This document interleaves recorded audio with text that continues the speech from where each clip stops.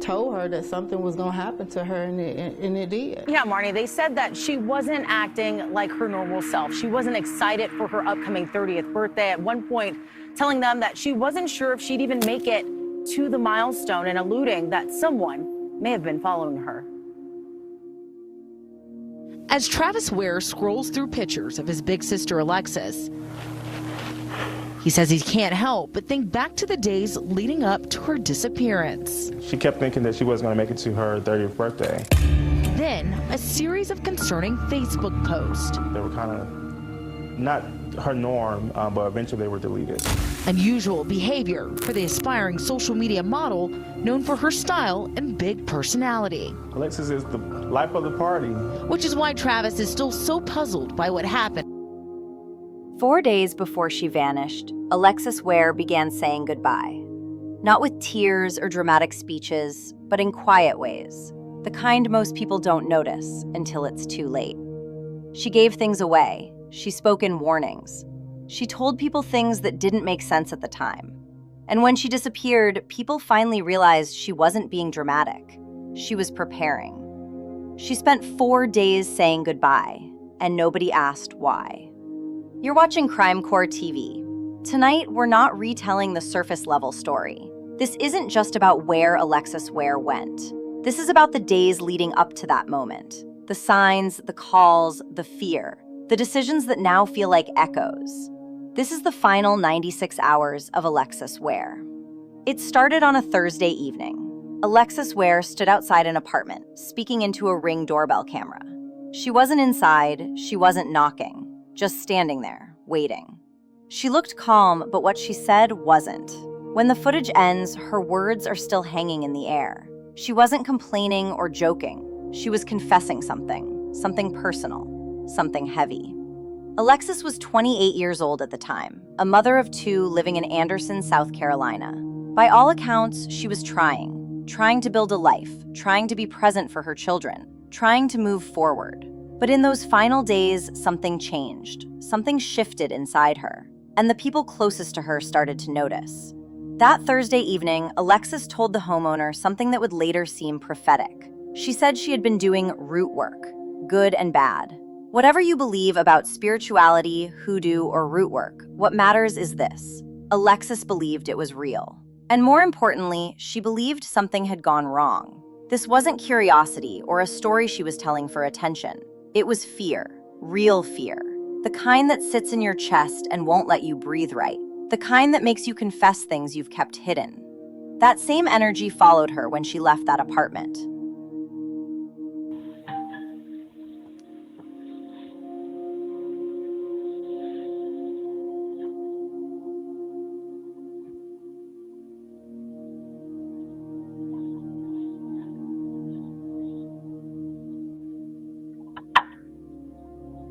Hey, it's your neighbor upstairs. What's up? I was letting you know that I ain't gonna lie, I do like root work and shit like that, but good and bad. I already broke what I needed. Why are you moving? I just gotta get Her behavior changed, her tone shifted. People close to her noticed she wasn't just off. She was troubled, paranoid, guarded, looking over her shoulder, checking her phone constantly, jumping at sounds. But nobody thought this could be the last time. Nobody thought this was goodbye. 3 days before she disappeared, at 1:30 in the morning, Alexis made a phone call that would haunt the person on the other end forever. Her children were asleep. Everything was quiet. But Alexis wasn't. She called her ex, TJ Patterson. Not to argue, not to fight, not to ask for anything. She called to say something strange, something terrifying, something that would stay with him long after she was gone. When she finished speaking, TJ didn't know what to say. Neither would you. Alexis told him something that sounded impossible, unreal, disturbed. She said her last 5 exes are dead. Not joking, not teasing, not exaggerating. She believed it. And then she said something worse. She told him she had wished death on them, that she had done root work, that she had called things into existence. And now, she believed those things were coming back for her. Let's pause here for a moment, because this is where people start to judge.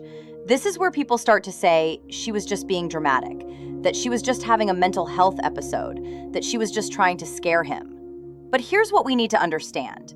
Whether or not you believe in root work, whether or not you believe in spiritual consequences, Alexis believed it. And that belief, that fear, that certainty that something was after her was real enough to change her behavior, real enough to make her warn people, real enough to make her say goodbye. That call didn't sound like someone fantasizing. That sounded like someone who thought something had caught up to her, something she couldn't stop, couldn't explain, couldn't outrun. And TJ did what most people would do. He tried to dismiss it, tried to calm her, tried to rationalize it. He tried to tell her she was just stressed, just tired, just overthinking. But Alexis wasn't trying to be dramatic. She wasn't trying to scare him. She was warning him. She was telling him, if something happens to me, you'll know why. As Alexis was speaking, TJ almost broke down in tears. He said it online that he could already sense that she was carrying more stress than she ever showed on the outside. And it seems it started causing mental stress for her. Both TJ and Alexis's mother later confirmed something important. Alexis had become deeply interested in astrology, zodiac signs, and spiritual meaning. According to them, she wasn't using it for entertainment. She was using it for understanding, looking for patterns in the stars because nothing in her real life was making sense anymore. And that leaves one quiet question behind.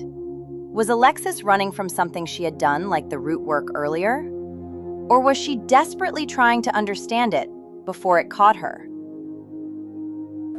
For one, me and Lex been separated, you feel me? I left Lex. Lex didn't leave me, you feel me? So boom, I left off and up there around about, October. You know what I'm saying? I ain't been back up there not one time, you feel me? Not one time. So, boom, god dang on. Before Lex took this, her being missing, Lex was, I don't know, she was dealing with some kind of spiritual root shit. I don't know what was going on. She was just been talking outside her head, you know what I'm saying? So Tuesday night, 1:30 in the morning, she called wake me up, talking about some, TJ. She say, I know you sleep, I know you gotta work in the morning. She say, but let me tell you something right quick. I'm like, what you talking about, Lit? What's up? She talking about some, well, my last 5 exes within the last 7 years, they died. Huh? What you talking about? She said, I wish death upon them. I said, bro, you is tripping. You know what I'm saying? You need help, man. Get off my phone. You talking crazy. I hung up. She started sending me all type of pictures of a ladybug crawling on the ceiling, what the meanings of it, her Pisces sign, all type of weird talk. You know what I'm saying? So she fucking around later on in the week. She thinks y'all seen all the posters she was making, talking about she won the lottery, hit the lottery, and all type of shit. So she done spend the night in Augusta at the lottery place with the kids in the car. All that. Yeah, they ain't telling all that. I'm gonna keep that shit gutter, nigga. I'm tired of this shit. So, boom, come Saturday, you know what I'm saying? I ain't seen my son in 2 weeks. You know what I'm saying? Me and Les ain't been talking none of that. You know what I'm saying? Ain't did none of that. So Saturday before she came missing, she called me. She was like, TJ, I'm down at my mama's house. She say, if you want to see him, you can come down here. I was like, okay, I'll come down there. Then she changed her mind, saying that, nah, just wait. Let me spend more time with him. I'm like, what you mean spend more time with him? You done had him 2 weeks. I ain't seen my son. You ain't even let me video chat him. You know what I'm saying? So she was like, just let me spend more time. I can feel you crying through him. What you mean you can feel him crying through me? Through him. So I'm like, the hell? I said, okay, Liz. I said, she say, but I said, can I get him Sunday, the next day? She was like, let me think about it. I said, okay, I ain't gonna argue with you. All right, cool. Get out the phone. So Sunday come. You know what I'm saying? This shit hurt my feelings so bad, because at the end of the day, that's my child mother, and I love her. You feel me? I know she been going through something mentally. I don't know what's going on, and that shit hurt me. So that Sunday, I called my cousin. I said, cuz, you going to church? He was like, yeah. I said, man, I'm gonna pull up. I'm going to church today. You know what I'm saying? So I pulled up. I sat in the car. I ain't even get out the car, and I'm shedding tears, because this shit hurt me. You know what I'm saying? I ain't never seen it like this. So, you know what I'm saying? I go to church. We go to church, leave church. Now, mind me now, before I went to church, Lex didn't even want me to go to church. She kept on saying, TJ, don't go to church. I keep seeing you down there on oncoming traffic, like a car gonna hit you head on. She saw me a car crash which I got in my inbox, or somebody got killed on the head on a car crash. I'm like, Lex, man, listen, one thing about it, you can't stop death. You feel me? Like, whatever happen, gonna happen. I ain't scared of it. I ain't scared of death. You know what I'm saying? We all gotta go. So, I went on to church anyway. She begged me not to go. I went on anyway. So, we left church, came home, changed clothes, and went to the game and watched the NFC and the ALC game. Went to, If this story feels unsettling, if something about this feels wrong deep in your chest, you're not imagining it. And if you don't want to miss where this is going, subscribe quietly, because we're only at the beginning. After that phone call, Alexis didn't sleep. But there's something we haven't told you yet. I thought to withhold this information for a bit because of how complicated it makes the whole case. But I would want you guys to put the facts together and see all the angles, because only then will the unknown become known. Something that changes everything about this case. 1 week before Alexis disappeared, she sent an email to her apartment manager desperately asking for help. In it, she wrote, quote, "I'm trying to leave an abusive relationship on all levels. I feel the more I stay around him, the more he's going to really hurt me one day. I have to leave, and I'm trying to leave fast and quietly. I need help," end quote. She was talking about Travis Patterson, TJ, the father of her youngest child, the last person to see her alive. Alexis described TJ as, quote, "abusive, domineering, and deceitful," end quote. But here's what makes this even more chilling. TJ wasn't just abusive, he had a violent criminal history. In 2016, Travis Patterson was convicted of murder. He killed 20-year-old Brandon Willingham, a local rapper known as Jug Money. He was also convicted of attempting to murder another person in that same incident. And in December 2020, just over a year before Alexis disappeared, TJ was arrested again. Attempted murder, first-degree burglary, discharging a firearm into a dwelling. 14 shell casings found at the scene, multiple bullet holes. He would later be sentenced to 13 years in prison for that case. But when Alexis disappeared in January 2022, TJ was out on bond, wearing an ankle monitor, awaiting trial. In that email to her apartment manager, Alexis revealed she had spent $50,000 from her children's college savings to hire 2 lawyers to defend TJ. $50,000 to save a man who she said had attacked her in front of his own parents, in front of their son. She wrote, quote, "I'm exhausted with tolerating his mistreatment in front of my kids. My children's well-being is more important," end quote. Days before her disappearance, Alexis was finally approved to break her lease. She was moving to Atlanta, starting fresh, getting her children away from TJ. She was trying to leave fast and quietly, but she never made it out. On January 30th, 2022, surveillance footage captured Alexis meeting TJ at that 7-Eleven on Highway 29. She handed over their son and her daughter. According to the plan, she was supposed to follow him to his mother's house. But TJ says that at a red light, Alexis suddenly swerved around his car and sped off into the night. He called Alexis's mother to tell her what happened. Alexis's phone went straight to voicemail. She was never seen again. In January 2023, the Anderson County Sheriff's Office cleared TJ as a person of interest in Alexis's disappearance. They stated that his ankle monitor GPS data showed he stayed at home after picking up the children. The Sheriff's Office said, quote, "Several avenues suggest he had no involvement in the mother of two's disappearance," end quote. Even Alexis's mother, Alberta, has publicly stated she doesn't believe TJ was involved. TJ Patterson is currently serving 13 years in prison for the 2020 attempted murder case. He has never been charged in connection with Alexis's disappearance. She paced, refreshed her phone, waited. And when the sun came up, she wasn't relieved. She was afraid. Because by Saturday morning, she had to tell her mother something that no parent should ever hear. Something that would haunt Alberta Gray forever. Something no one took seriously until Sunday night. By Saturday morning, Alexis hadn't slept.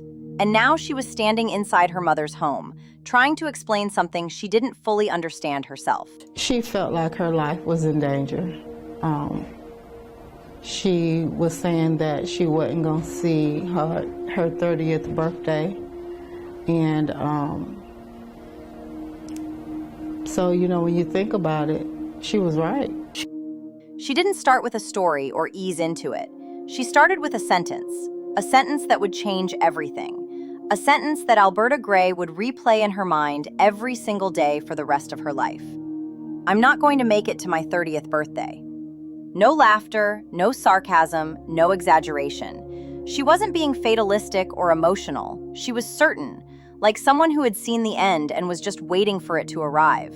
Her mother brushed it off at first, like any parent would. Bad thoughts, bad dreams, just stress. You're tired, baby, you need rest. But Alexis kept going. She told her mother she was being followed. Her phone wouldn't stop acting strange. Blocked numbers still ringing through, calls coming from nowhere, faces she didn't recognize, cars that seemed to show up everywhere she went. Her mother told her to breathe, told her she was just tired, told her fear makes the imagination louder. But Alexis wasn't imagining her phone lighting up. She wasn't imagining headlights behind her. She wasn't imagining the weight in her chest or the feeling that she was running out of time. The more she spoke, the quieter her mother became. And then Alexis said the word that made the room colder. The word that made Alberta's heart stop. The word no mother ever wants to hear from her child. Haunted. I'm being haunted. No parent knows how to respond to that. Not correctly, not safely, not without fear of saying the wrong thing. Her mother tried to keep her there, tried to convince her not to leave, tried to slow her down, tried to hold on to her just a little longer. But Alexis did something unexpected. She smiled, did her hair, did her makeup, put herself together, like someone who had made a decision and didn't want anyone to notice. Like someone who knew this was the last time her mother would see her like this. She hugged her mother, held on just a little longer than usual, said she'd call, and walked out. 3 hours passed. Her phone rang. Her mother answered. Alexis was in bed. Told her she was tired, told her she was going to nap, told her she'd call back later. Her voice sounded calm, steady, normal. And that was the last time Alberta Gray ever spoke to her daughter. If you're watching right now and something inside you says someone should have stopped her, you're right. But here's what hurts most. No one knew how. No one knew that this was the last chance. No one knew that the next day everything would change. Sunday came. Alexis was quiet, too quiet. But she still had one thing left to do, one obligation, one reason to move forward. Her children. That afternoon, she packed them into her car and drove to a gas station. She pulled into the lot to meet her children's father for a routine handoff. They did this all the time. Meet, exchange the kids, go their separate ways. Except this time, nothing was routine. Surveillance cameras watched her pull in, pull up, sit. And then something changed. You can see it in the footage, her body language, her face, her stillness. And then her daughter noticed something behind them. Not in front, not beside, behind. She turned the car, and instead of following TJ like usual, she didn't stop, didn't hesitate, didn't explain. She sped off, through traffic, through a red light, away from her children, away from a familiar face, away from everything she trusted, and into the unknown. TJ called her, no answer. He texted her, no response. He waited, nothing. He waited, nothing. At first, he thought maybe she just needed space. Maybe she was upset. Maybe she'd call back in an hour. But an hour passed, then 2, then the sun went down, and Alexis Ware never came home. If this moment just hit you, subscribe now, quietly. You're going to want to stay with this. Because after this, Alexis vanishes. By that night, her phone would go silent, her car would be found, her possessions left behind, and the world would be left with one question. What happened after she drove away? Sunday night came, and Alexis never came home. Her phone stopped answering, her messages stayed unread, her social media went silent. The last person to hear from her was her mother, at 3 in the afternoon, when she said she was going to take a nap. By evening, panic replaced hope. Her mother called, straight to voicemail. Her brother searched, no sign of her. Friends reached out, no response. TJ kept calling, nothing. And by Monday morning, everyone knew something was very, very wrong. Not far away in McCormick County, South Carolina, someone found it. Her red Honda Accord, parked, locked.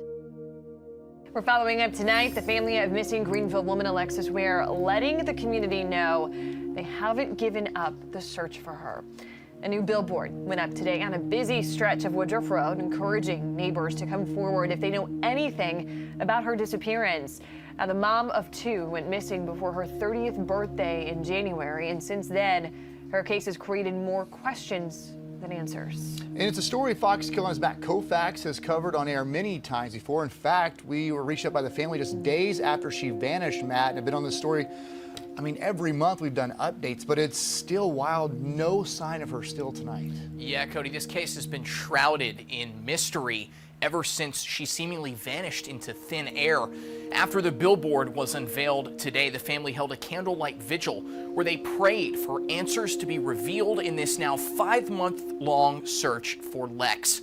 They say they still believe she can come home. As of today, there are no leads, but we know someone somewhere knows something. Katrina Gray says today's billboard unveiling on the 5-month anniversary of her niece's disappearance was about reminding the community Alexis could still be out there. We want to keep her face out there in the hopes that somebody comes forward and tells us something. Alexis's case has garnered national attention in the 5 months since she was last seen at the 7-Eleven on Highway 29 North in Anderson County.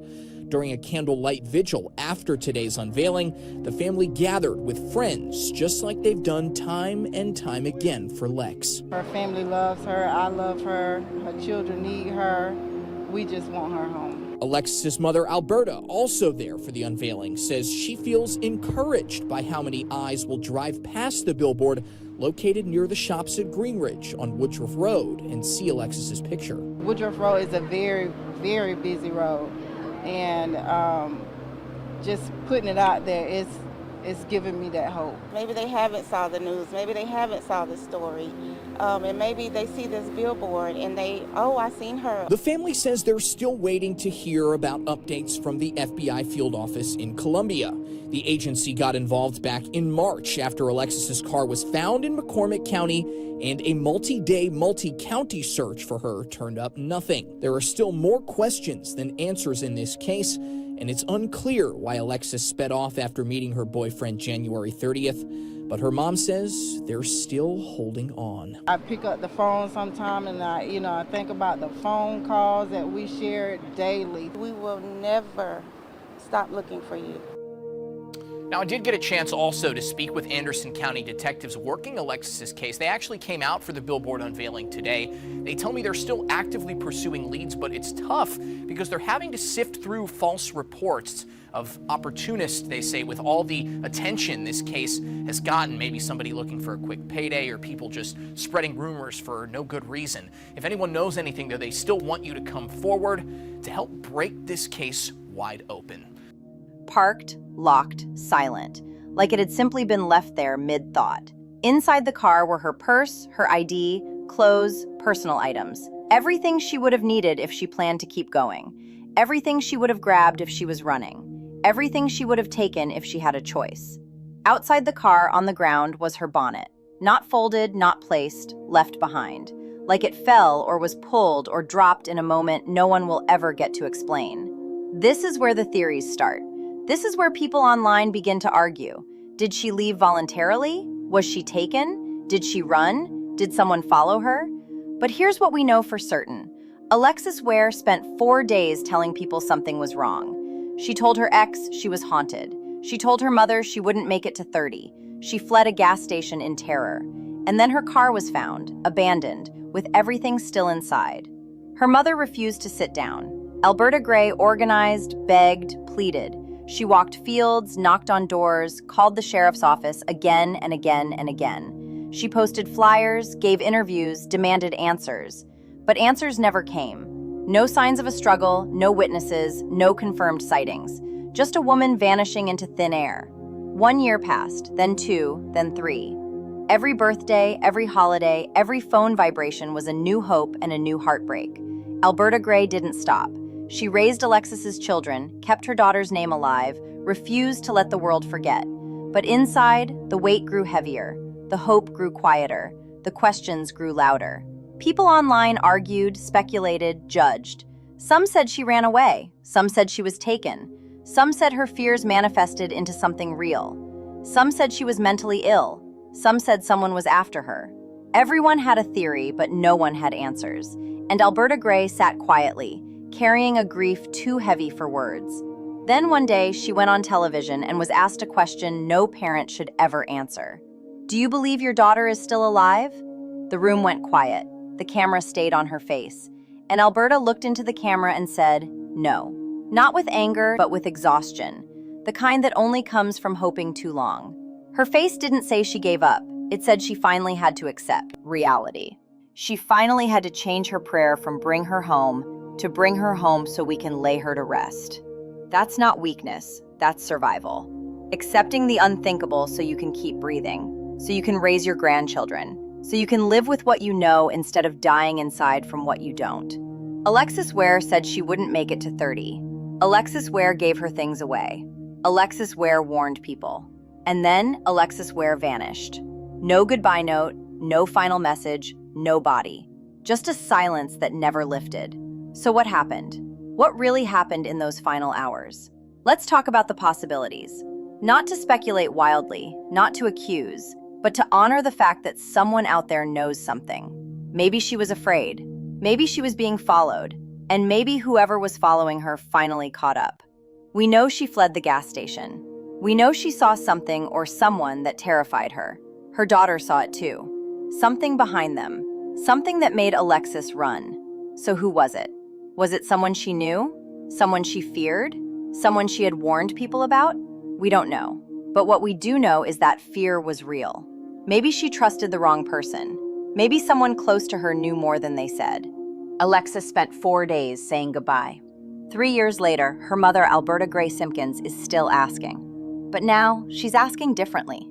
In January 2025, Alberta stood before South Carolina lawmakers and presented the Alexis Ware Act to enhance missing person investigations.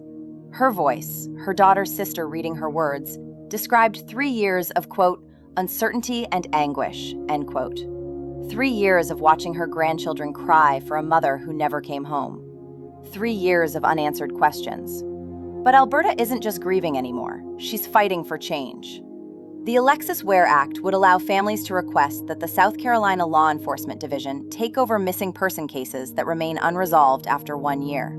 Because when Alberta reached out to SLED herself, desperate for help, she received a letter explaining they could only investigate, quote, after receiving a request from the solicitor, the Attorney General's office, or the law enforcement agency of jurisdiction, end quote. In other words, they had to be invited, and nobody invited them. Bruce Wilson, the family's advocate, told legislators, quote, this bill is about more than Alexis. It is about creating a framework that benefits our entire state. It ensures consistency, accountability, and hope for families in their most vulnerable moments, end quote. Alberta could have spent these 3 years pointing fingers. She could have waged war against the Anderson County Sheriff's Office for lack of communication, for the investigation that seemed to stall, for the silence that followed her daughter's disappearance. Instead, she chose to be bigger than her pain. She chose to transform her anguish into action that could help the 279 other open missing persons cases in South Carolina. She chose to make sure that other mothers wouldn't face the same red tape, the same bureaucratic barriers, the same helplessness. That takes strength most of us can't imagine. Alexis's children are still without their mother. Her 2-year-old son, now 5 years old, still wakes up crying for her. Her daughter still speaks about Lex in the present tense, as if she's just away for a while.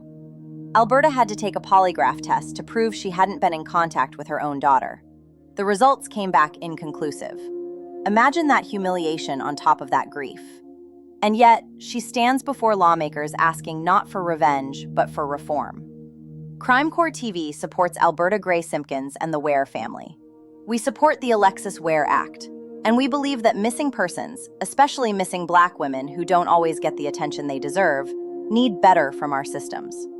Alexis has been missing since January 30th, 2022. Her red Honda was found abandoned in McCormick County.